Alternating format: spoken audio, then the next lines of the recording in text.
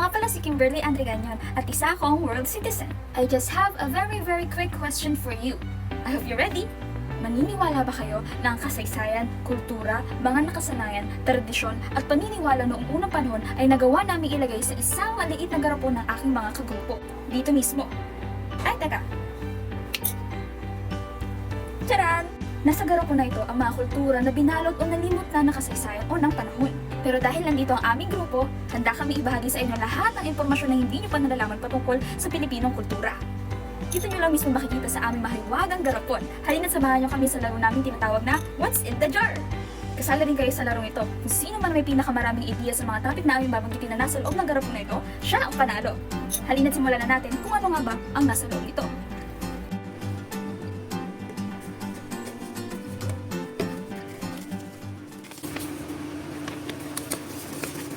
So, pangliligaw. So, pangliligaw is the stage where two individuals get to know each other. It is at this point that the girl o yung nililigawan gets to learn about the intentions and sincerity of the guy. Yung panahon pa ng mga lolo't lola natin, panliligaw is accompanied by harana o yung pagtutugtog ng gitara sa harap ng bintana ng bahay ng nililigawan. Kasama na rin dito yung pagtulong sa mga gawaing bahay, gaya ng pagigib ng tubig, pagsibak ng kahit iba pa. Yung mga panahon na yun, yung mga babaeng papakita tayo most of the time, it takes years panliligaw bago sila mapasabot. Now, as the years go by, this tradition has evolved. Nandiyan yung paghatid ng lalaki sa babae sa kanilang bahay from school, pagbibigay ng flowers and chocolates, pagbibigay ng mga regalo during special occasions. Now, the problem is with the modern times is that ang tradition ng panliligaw is slowly declining. Aminin natin na madalas, kakilala ng dalawang tao sa social media, and after a few days or a few weeks of chatting, sila na. Now, what should we do? We can bring back this tradition which has been part of our Filipino culture. Now, as a parent, we should guide our children and educate them about the fascinating tradition of panliligaw. Now, we as parents should encourage our children, kung may manliligaw man sa kanila, is to let them introduce their panliligaw to the parents and make it formal. This way, mas makikita nila yung sincerity and know the real intentions ng mga manliligaw nila. For you guys out there, mas maganda yung pinaghihirapan natin yung matamis na ng mga girls. Dito natin masusukat yung sincerity natin sa mga girls. Mga basta lang tayo, shouldn't stop us from pursuing that sweet yes. Remember that it is at this stage that build the foundation of our relationships. So, until next time, this is your Kuya Anthony. At para sa susunod naman, bubunot na tayo. At ang nabunot ko ay pamahiin. Ang pamahiin ay mga paniniwala ng mga matatanda na may relasyon sa mga ginagawa o nakikita natin. Ito ay walang basehan kung totoo o hindi o nagkataon lamang. Ano nga ba ang halimbawa ng pamahiin? Ngayon, magbibigay ako ng halimbawa at ang unang halimbawa ay bawal sukatin ang damit na pangkasal dahil pag sinukat daw, hindi raw matutuloy ang kasal. Ang pangalawang halimbawa naman ng pamahiin ay bawal magwalis sa loob ng bahay kapag may patay dahil pag nagwalis daw ay maaaring maitaboy ang kaluluwa ng patay. Base sa panahon ngayon, meron pa rin namang naniniwala at meron pa rin namang hindi naniniwala sa mga pamahiin na nakikita o nakasanayan nila. Ngunit wala namang masama kung hindi naniniwala at kung naniniwala naman sila dahil may kanya-kanya tayong pananaw sa ating buhay at ang kahalagahan nito ay naaayon depende kung paano natin ginagawa ang mga bagay sa ating buhay. At higit sa lahat, dapat marunong tayong rumespeto sa paniniwala ng ibang tao. Dahil iba-iba tayo, may iba-iba tayong pananaw at ang dapat nating gawin ay irespeto ang kanilang mga pananaw. Yun lang para sa pamahiin. At ang nabunot ko ay ang traditional games. So, dito, sa tingin ko, kaya nakakalimutan na natin yung mga traditional games natin dahil na rin sa modernisasyon at teknolohiya. Dahil nga, uso na ngayon yung mga online games, hindi na nagiging interesado yung mga bata sa mga traditional na laro, kagaya na lang ng mga piko, tumbang preso, luksong baka, at marami pang iba. At sa tingin ko, ang magagawa natin para ma-preserve ito is yung pag-isip natin ng paraan kung paano natin maisasabay yung traditional games natin sa modernisasyon. Gaya na lang ng paggawa ng mga urban version ng mga laro para lang mas makilala ito ng mga bata. At pwede din natin hingkayatin yung mga school na isali pa din sa kanilang program or at curricular activities yung mga traditional nating laro kagaya na lang sa PE. At overall, para sa akin lang is yung pag-preserve ng traditional na laro ay sobrang importante dahil nagpapakita ito ng pagkakilanlan natin mga Pilipino at pagpapakita na din ng paggalang sa kultura natin. Yun lamang po at para naman sa susunod nating topic ay bubunot ulit. Salamat.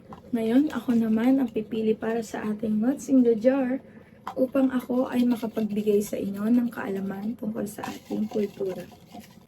So, ang ating napili ay ang ating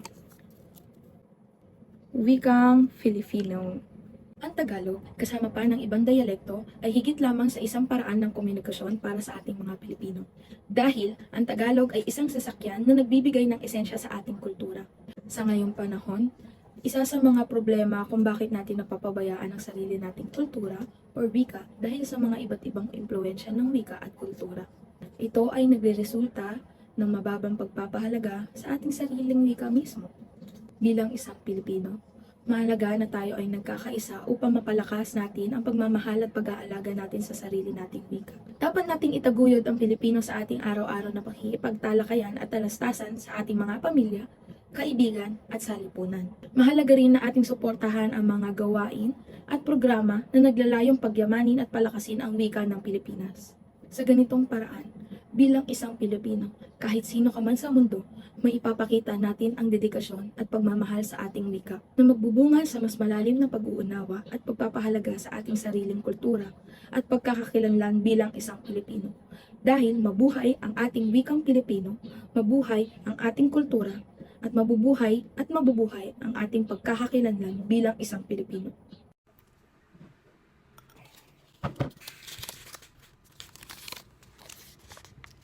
So, ang topic ko ay pamamanhikan. So, napaka-exciting ng topic na to. Pero before ko discuss yung topic, rewind muna tayo. Ano nga ba yung pamamanhikan? Pamamanhikan is a wedding tradition in Filipino culture that has been practiced for many years. So, ano nga ba yung word na pamamanhikan? So, ito ay nanggaling sa Tagalog word na manhikan, which means to ask for someone's hand in marriage.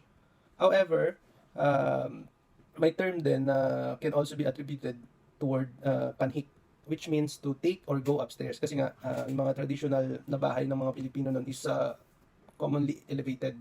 So, meaning, the groom had to take the stairs for the bride's house before asking for her hand in marriage. First step ng pamamanhikan, based sa history sa tradition ng mga Pilipino, is yung pagpaplano or planning.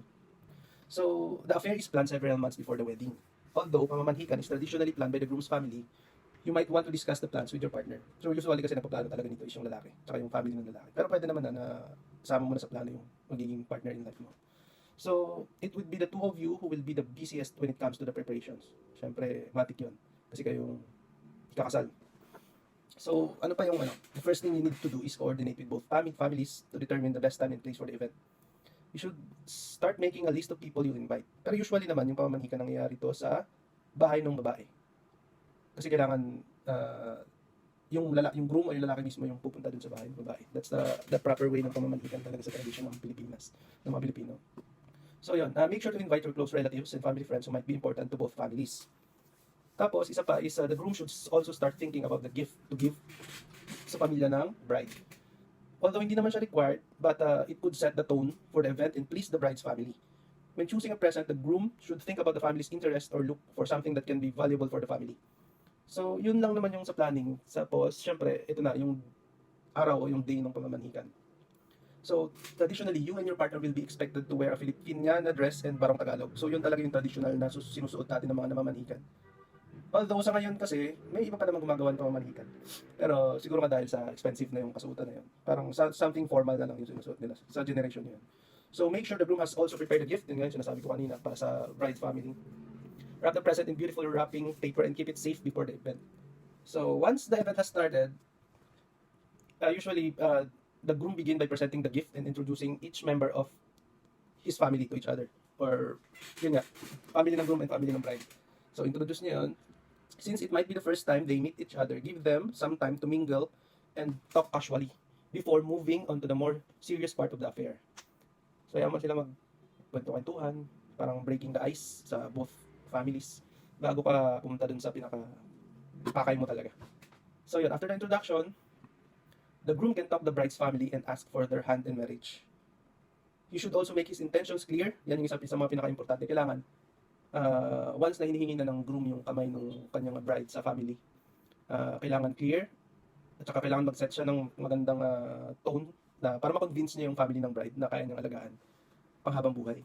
Ito na yung parang moment para seal the deal, masil yung marriage ninyo. Ako may approval ng family ng bride and mag-meet yung family mo, ng lalaki ng groom and family ng bride para magkaroon ng usapan at pagkakasunod. So, yun yung pamamanhikan. So,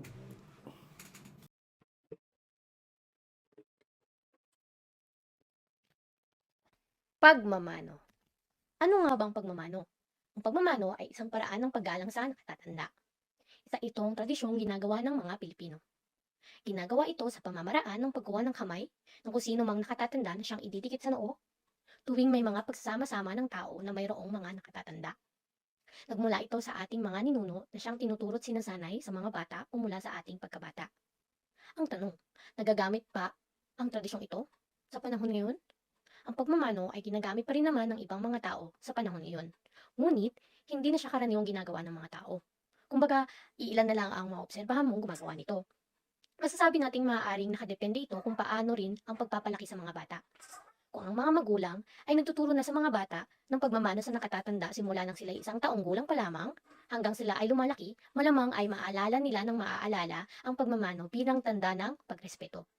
Sa ganung paraan ay madadala nila ito sa kung saan man sila magpadpad at kung sino man ang makakahalubilo at makakausap nila.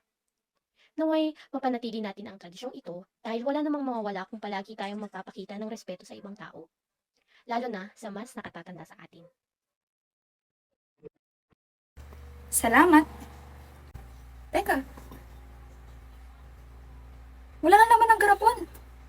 Ibig sabihin ba nito, exempted na ako na magbibigay ng idea patungkol sa kulturang Pilipino? Siyempre, hindi. Hindi naman kasi magkakasya sa isang maliit na garapon ang kulturang Pilipino na meron noong unang panahon at sa kasalukuyan. Alam niyo ba kung saan ba talaga magkakasya ang kulturang Pilipino? Hindi sa garapon, hindi sa kahit na anong lalagyanan, kundi sa puso nating mga Pilipino. Dahil bukod sa puso at isip nating mga Pilipino, dito mananatiling buhay ang isang kultura. Kahit na wala na laman ng garapon na ito upang magbigay pa sa inyo ng mga kaalaman patungkol sa kultura, ay hindi ito nababase sa isang garapon o lagayan. Nababase ito sa pananaw at pagbibigay niya ng halaga sa kultura ng Pilipino. At muli, ako si Kimberly Anregaño, nag-isa akong world citizen at isa akong Pinoy. Dahil ang puso para sa Pilipino. Ang puso ay para sa Pilipino. Ang puso ay para sa Pilipino. Ang puso ay para sa Pilipino. Ang puso ko ay para sa Pilipino. Ang puso ay para sa Pilipino. Ang puso ko ay para sa